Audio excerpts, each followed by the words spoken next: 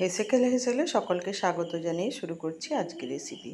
আজ আমি চিংড়ি মাছ, উচ্ছে আর আলু দিয়ে দারুণ স্বাদের একটা রেসিপি বানিয়েছি। সেই রেসিপিটা আপনাদের সঙ্গে শেয়ার করছি। প্রথমে চিংড়ি মাছটাকে নুন হলুদ দিয়ে ভেজে তুলে নিচ্ছি। খুব বেশি ভাজলে চিংড়ি মাছ শক্ত হয়ে যায়, সেজন্য জলটা শুকিয়ে গেলে জাস্ট 2-4 বার নেড়ে তুলে নেব। চিংড়ি মাছটা এখন ভাজা হয়ে গেছে, এবার আমি একটা বোলের মধ্যে তুলে নিচ্ছি। চিংড়ি মাছটা তোলা হয়ে গেলে আমি এখন কড়াইয়ের মধ্যে দিয়ে দিচ্ছি 2 টেবিল চামচ সর্ষের তেল। সর্ষের তেল গরম হলে একটা শুকনো লঙ্কা ছিঁড়ে দিয়ে দিলাম। লঙ্কাটা লাল করে ভাজা হয়ে গেলে দিয়ে দিচ্ছি কেটে রাখা উচ্ছে বা করলা।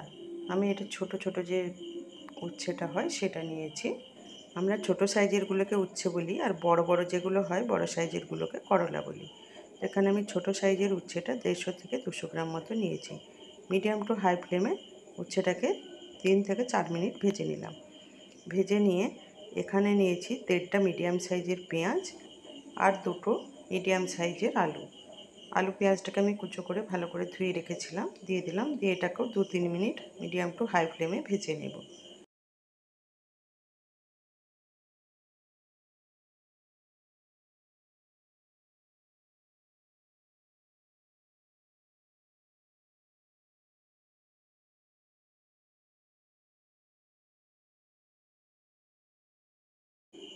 2-3 মিনিট ভাজা হয়ে গেছে, দেখুন জলটা শুকিয়ে গেছে, একটু ভাজা ভাজা হয়েছে। এখন আমি দিয়ে দিচ্ছি 1/2 চামচ নুন, 1/2 চামচ হলুদ গুঁড়ো আর 1/2 চামচ লঙ্কা গুঁড়ো।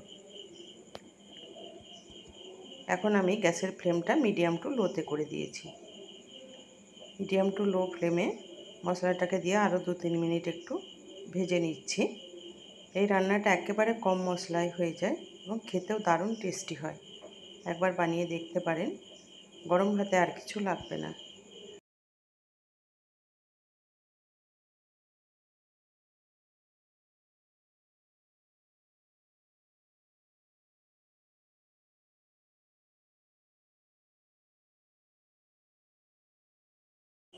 মশলাটা দিয়ে আরও 2-3 মিনিট কষানো হয়ে গেছে। এখন আমি দিয়ে দিচ্ছি জল। আমি 1.5 বাটি জল দিচ্ছি। জলটাকে দিয়ে ভালো করে নেড়ে চেড়ে মিশিয়ে নিয়ে হাই ফ্লেমে এটাকে ফুটিয়ে নেব।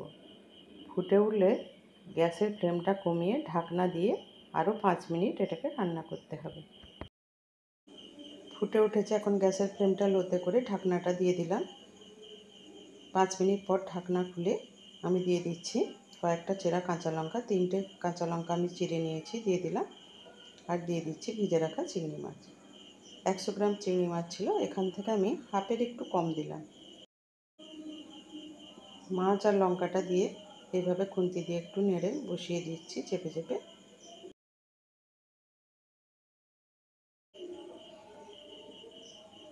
এখন আমি নেড়ে চেড়ে মিশিয়ে নিয়ে আরও 2-3 মিনিটের জন্য ঢাকনা দিয়ে দিচ্ছি। 2-3 মিনিট পর ঢাকনা খুলে চেক করে নিচ্ছি, দেখুন আলুটা সেদ্ধ হয়ে গেছে। এখন আমি গ্যাসের ফ্লেমটা বন্ধ করে আরও 2-3 মিনিট রেখে দেবো, তাহলে আলুটা জলটা পুরো শুষে নেবে। অল্প একটু জল থাকবে, সেটা ভাতে মেখে খেতে বেশ ভালো লাগে। আপনি চাইলে জলটা পুরোপুরি শুকিয়েও নিতে পারেন। দেখুন আলুতে জলটা অনেকটাই টেনে নিয়েছে, আর অল্প একটু জল আছে। আমি এখন একটা বোলের মধ্যে সার্ভ করে দিচ্ছি। মাছ মাংসের একঘেয়েমি স্বাদ বদলাতে এই রেসিপিটা অবশ্যই একবার ট্রাই করতে পারেন। গরম ভাতে এটা থাকলে আর অন্য কিছু লাগবে না।